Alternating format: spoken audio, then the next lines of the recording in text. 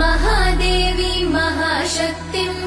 भवानीं भववल्लभां भवातिभञ्जनकरीं वन्दे त्वां लोकमातरम् भक्तप्रियां भक्तिगम्यां भक्तानां कीर्तिवर्धिकां भवप्रियां सतीं देवीं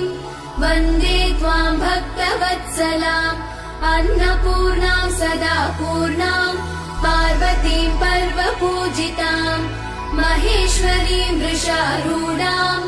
वन्दे त्वां परमेश्वरीं कालरात्रिं महारात्रिं मोहरात्रिं जनेश्वरीं शिवकान्तां शम्भुशक्तिं वन्दे त्वां जननीमुमां जगत्कर्त्रीं जगद्धात्रीं जगत्संहारक